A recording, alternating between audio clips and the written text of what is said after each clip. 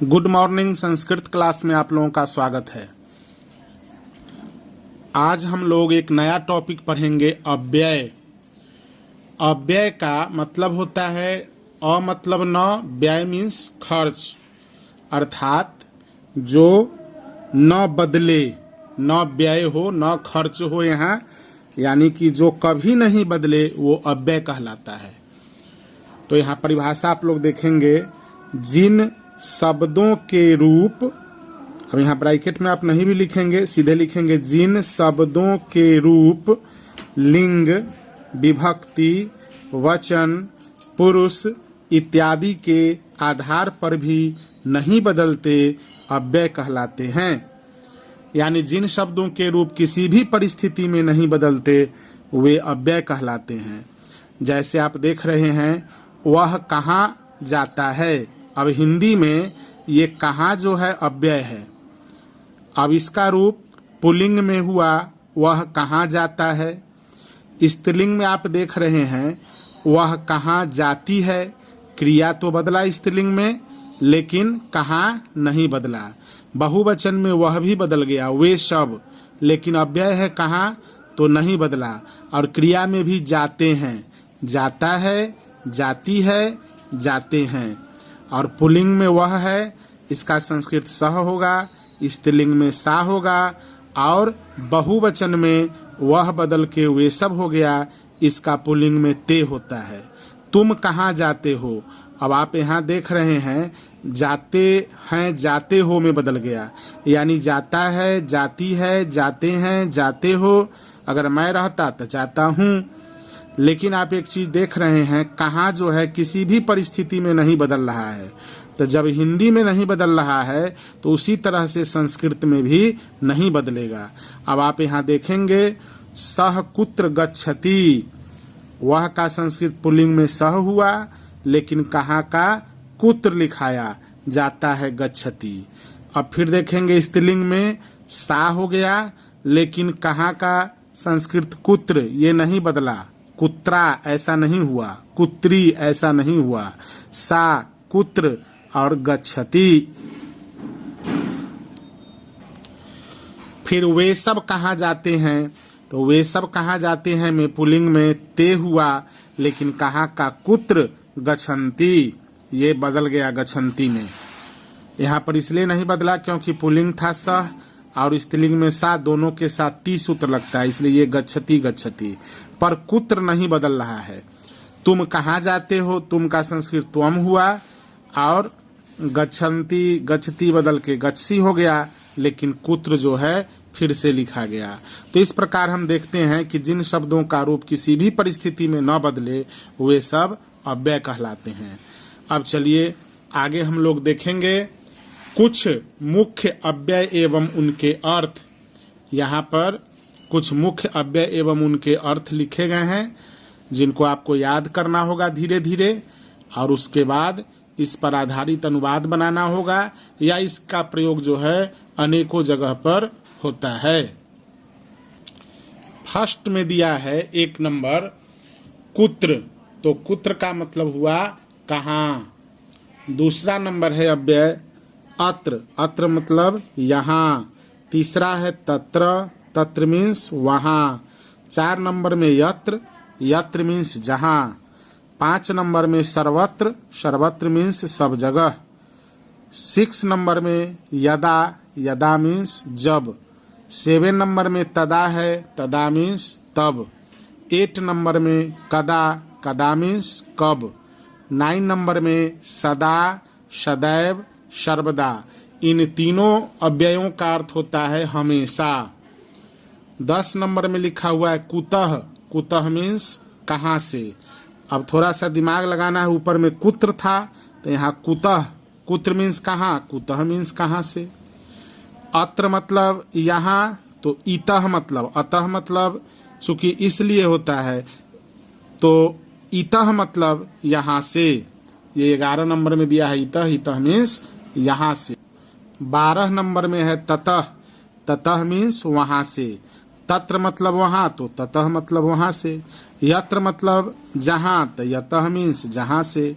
सर्वत्र मतलब सब जगह, तो सर्वतः मीन्स सब जगह से।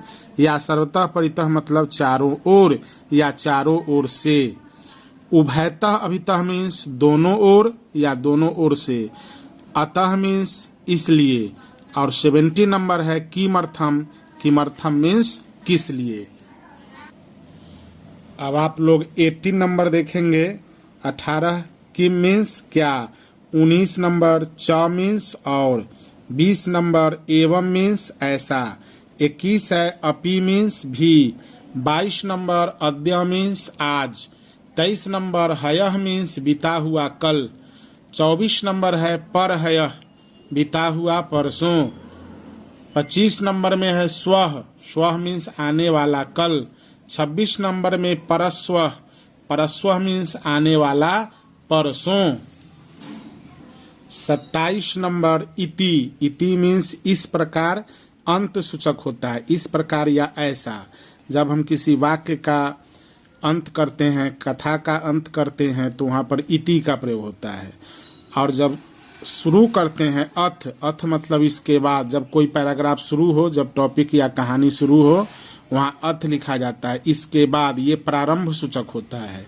ये किसी भी वाक्य के प्रारंभ में प्रयुक्त होता है और इति जो है अंत में। 29 नंबर है वीणा। वीणा मीन्स बीना।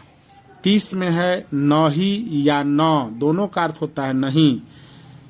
31 नंबर है एव या ही, इसका मतलब ही। 32 नंबर है परम। परम मीन्स लेकिन। 33 नंबर में है नूनम, खलु, ननु, निश्चयम, इसका मतलब निश्चित या निश्चय। अधुना है। अधुना का 34 नंबर में अधुना लिखा हुआ है। अधुना का मतलब होगा इस समय या आजकल। संप्रति इदानीम, इसका मतलब भी इस समय या अब, अर्थात अधुना संप्रति इदानीम मतलब इस समय, अब या आजकल। 35 नंबर है तदानीम। तदानीम मीन्स उस समय।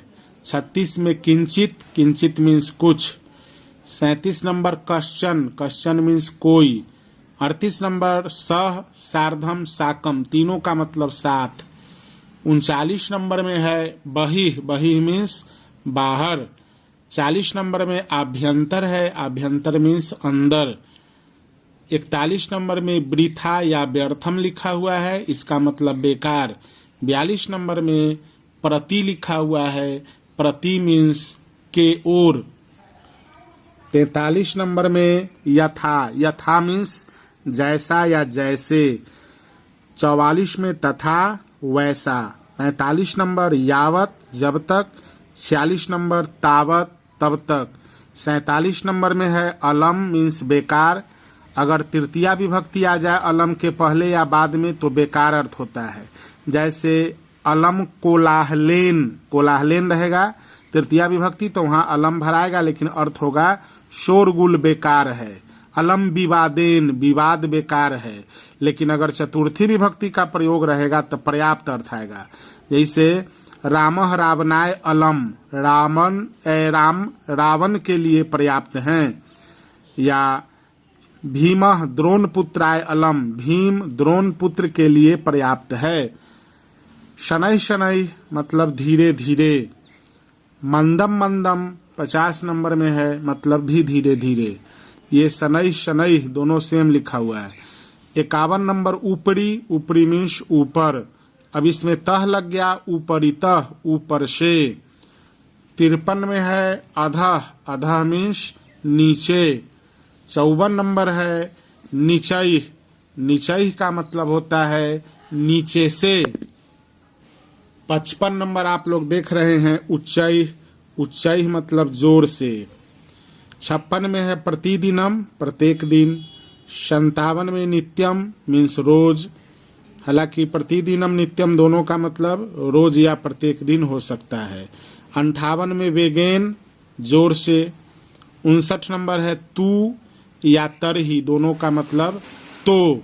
ये तौकार तो लिखा हुआ है, यहाँ पर ये कुछ नहीं है, ये तौकार तो लिखा हुआ है। तो इस प्रकार से ये तो लिखा हुआ है। तो मतलब संस्कृत में तू या तरही। 60 नंबर है कथम। कथम मीन्स क्यों या कैसे।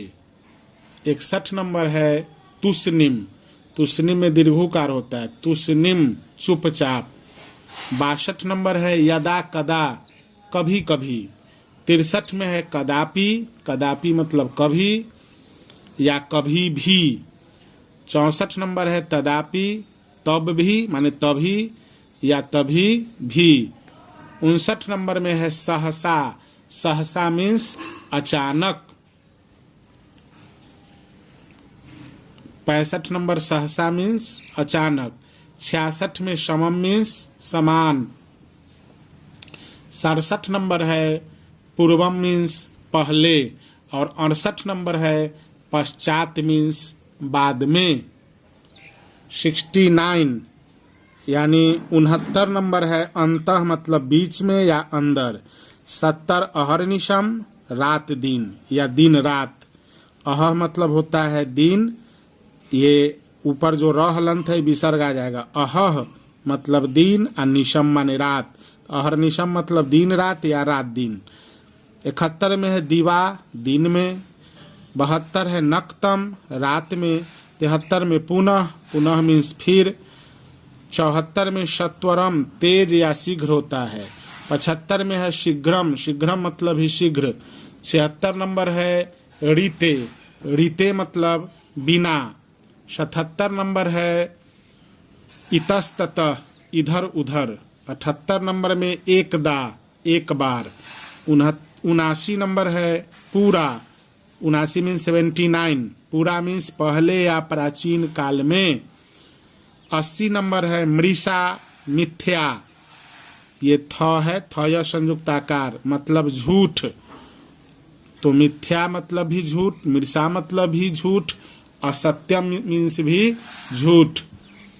अब दिया हुआ है 81 नंबर अन्यत्र। अन्यत्र मीन्स दूसरी जगह। 82 नंबर है सायं शाम। 83 में प्रातः सुबह। 84 में दूरम। दूरम मीन्स दूर। 85 नंबर है प्रायः। प्रायः मीन्स अधिकांशतः। 86 में है निकटे। निकटे मीन्स पास में। 87 नंबर क्रमशः क्रम से। 88 नंबर पृष्ठतः पीछे। 89 नंबर मुहुर्मुहुः यानी ये रेफ जो है र हलंत ये विसर्ग आ जाएगा। मुहुः मुहुः वही ह पर हु पर जो विसर्ग था ऊपर में चला गया र हलंत बन के मुहुर्मुहुः। फिर यहाँ भूयः भूयः यानी विसर्ग जो है अ से मिलकर ओ बना, विसर्ग का ऊ बना, वही वो अ से मिलकर ओ भूयो भूयः। तो भूयः भूयः और मुहुः मुहुः दोनों का मतलब बार बार, या मुहुर्मुहुः और भूयो भूयः पढ़ेंगे, इसका मतलब होता है बार बार। 90 नंबर है माँ। माँ मीन्स मत। 91 नंबर है पूर्तः। पूर्तः मीन्स आगे। 92 में है इव माने समान। 93 में है कदाचित। कदाचित मीन्स कभी। 94 नंबर है परस्परम आपस में। 95 में परंतु है। परंतु मीन्स लेकिन। 96 में प्रवृत्ति है मतलब से लेकर। 97 नंबर है सर्वथा। सर्वथा मीन्स सब प्रकार से। अब आप लोग अव्ययों पर आधारित अनुवाद बनाएंगे, यानी अनुवाद किस प्रकार कर्ता क्रिया के बीच में अव्यय आ जाए तो उसका प्रयोग करते हैं, वो आप लोग देखेंगे। क्वेश्चन दिया गया है संस्कृत में अनुवाद करें।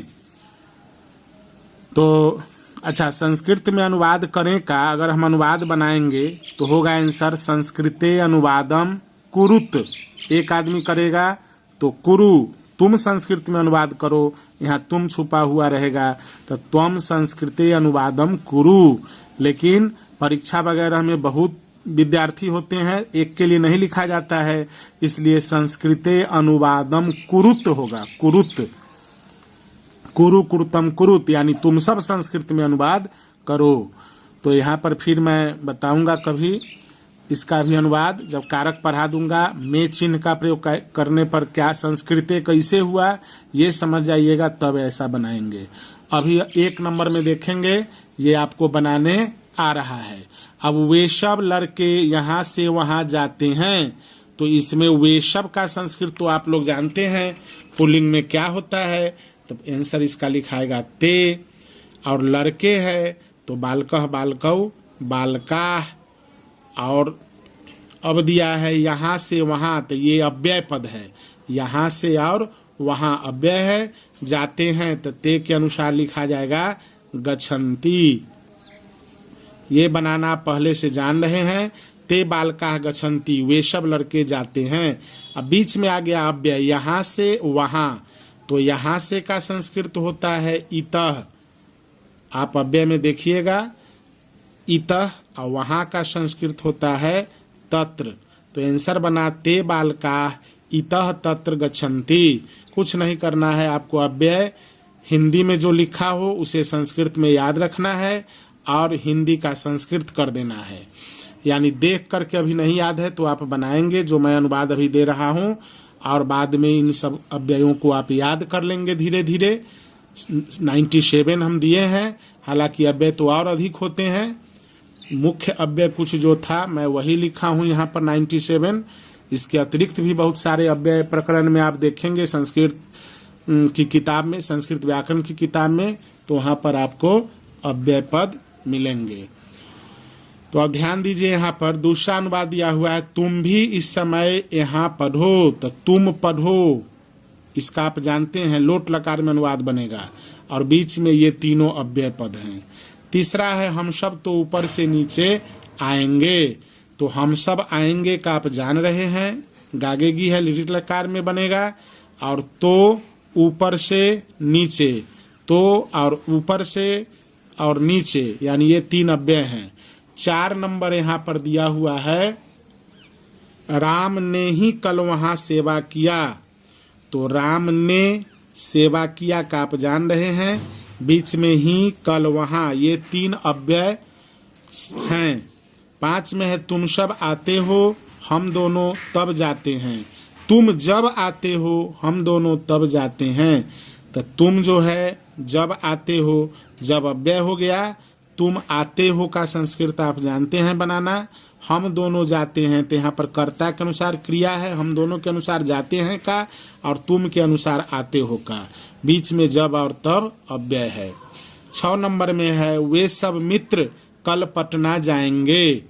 तो यहाँ पर पटना का पाटलिपुत्रम लिखिएगा, और वे सब मित्र का आप जानते ही हैं, जाएंगे का जानते ही हैं। कल जो है ये अव्यय पद है। फिर 7 नंबर है वे सब महिलाएं भी धीरे धीरे चलती हैं। ताह महिला, महिला महिले महिलाह, भी और धीरे धीरे अव्यय पद है। चलती हैं का आप जानते हैं, इसको आप बनाएं। फिर आप 8 नंबर में देख रहे हैं वह लड़की तेजी से दौड़ती है। अब वह लड़की तेजी से दौड़ती है में वह दौड़ती है का आप जान रहे हैं, लड़की का जान रहे हैं, तेजी से अव्यय पद है। तुम यहाँ से वहाँ कब जाओगे। अब तुम जाओगे का आप बनाना जान रहे हैं, यहाँ से वहाँ और कब, ये तीनों अव्यय पद हैं। 10 नंबर है लड़कों को यहाँ जोर से नहीं बोलना चाहिए। तो लड़कों को और चाहिए बोलना चाहिए, ये कर्ता और वृद्धिलिंग का क्रिया है। बीच में यहाँ जोर से नहीं, ये तीनों अव्यय पद हैं। अब पहले आप लोग इसे बना लें, फिर मैं इसका आंसर मिला रहा हूँ। तो फर्स्ट का आंसर आप लोगों ने देखा, वे सब लड़के यहाँ से वहाँ जाते हैं। ते बालकाः इतः तत्र गच्छन्ति। सेकेंड में है तुम भी इस समय यहाँ पढ़ो। तुम का संस्कृत त्वम, भी का अपि, इस समय का संप्रति, इदानीम या अधुना, यहाँ का अत्र। पढ़ो तो त्वम के अनुसार पठ। तीसरा है हम सब तो ऊपर से नीचे आएंगे। हम सब का वयम, तो का तू, ऊपर से उपरितः, नीचे अधः आएंगे। तो वयम के अनुसार आगमिष्यामः। अब तो का यहाँ पर तरही नहीं लिखा जाएगा। तरही जब एक सेंटेंस दूसरे पर आश्रित होगा, डिपेंड होगा, तब लिखाएगा। जैसे तुम पढ़ते तो जरूर पास करते, तो उस स्थिति में तरही का प्रयोग होगा। सामान्य स्थिति में तो का तू लिखा जाएगा। अब 4 नंबर देख रहे हैं, राम ने ही कल वहाँ सेवा किया। तो राम ने का राम, ही का एव, कल जो है ये बीता हुआ कल है इसलिए हयः, ह हलंत य यानी हय संयुक्त विसर्ग, वहां का तत्र, सेवा किया, असेवत, ये आत्मनेपदी में शेव धातु का रूप चला लंग लकार में। आत्मनेपदी लंग लकार का प्रथम पुरुष एक वचन असेवत। 5 नंबर अनुवाद है, तुम जब आते हो हम दोनों तब जाते हैं। तो इसका अनुवाद हो जाएगा तुम का त्वम, जब का यदा, आते हो आगच्छसि, हम दोनों का वाम, तब का तदा, जाते हैं गच्छावह। यानी 2 सब्जेक्ट है, त्वम के अनुसार सी लगा, आवाम के अनुसार आवह लगा। वे सब मित्र कल पटना जाएंगे। वे सब मित्र है तो तानी मित्रानी, कल मतलब आने वाला कल, तो स्वः पटना का पाटलिपुत्रम, जाएंगे गमिष्यंती, यानी तानी के साथ गमिष्यंती का प्रयोग हुआ। 7 नंबर है, वे सब महिलाएं भी धीरे धीरे चलती हैं। तो यहाँ महिला स्त्रीलिंग है, इसलिए वे सबका संस्कृत ताह, ताह महिला, भी का पी हुआ, धीरे धीरे शनै शनै, चलती हैं तो चलंती। 8 नंबर है, वह लड़की तेजी से दौड़ती है। वह का संस्कृत सा, लड़की है तो बालिका, तेजी से का वेगेन, दौड़ती है तो धावती। फिर दिया है 9 नंबर, तुम यहाँ से वहां कब जाओगे। तो तुम का संस्कृत त्वम, यहाँ से का इतः, वहां का तत्र, कब का कदा, जाओगे त्वम के अनुसार गम में स्यसी सूत्र लगा, इसलिए आंसर बना गमिष्यसि। अब आप लोग देख रहे हैं 10 में लड़कों को यहाँ जोर से नहीं बोलना चाहिए। तो लड़कों को आ गया है चिन्ह, लेकिन है ये कर्ता चाहिए अर्थ में। तो बहुत लड़के हैं इसलिए बालका, यहाँ का अत्र, जोर से उच्चय, नहीं का न या न ही, हर्षिकार ही हो सकता है, नहीं बोलना चाहिए। तो बहुत लड़के हैं, एतेताम एयुः, इसलिए आंसर बना वदेयुः। अब यहाँ पर कुछ क्वेश्चन है आपको दिया गया। समुचितेन अव्ययेन वाक्यानि पूरयत, उचित अव्यय से वाक्य पूरे कीजिए। फर्स्ट में है, डैश श्रमः न कर्तव्य वृथा या कदापि, डैश परिश्रम नहीं करना चाहिए, तो बेकार या कभी। तो यहाँ पर ज्यादा अच्छा जो होगा दोनों में से आपको लग रहा है, तो बेकार परिश्रम नहीं करना चाहिए, आंसर बनेगा वृथा। कदापि जो है कभी परिश्रम नहीं करना चाहिए, तो सेंटेंस तो बनने के लिए बनेगा लेकिन वो गलत हो जाएगा। परिश्रम तो करना ही चाहिए, लेकिन बेकार श्रम या परिश्रम नहीं करना चाहिए, तो आंसर बनेगा आपका वृथा। फिर 2 नंबर है, भक्तः डैश ईश्वरम स्मरति, इसमें सदा है या यदा कदा, दोनों में से जो आपको सही लगे बनाएंगे। इसका आंसर जो है मैं कल के वीडियो में बताऊंगा, यानी अगले दिन के वीडियो में।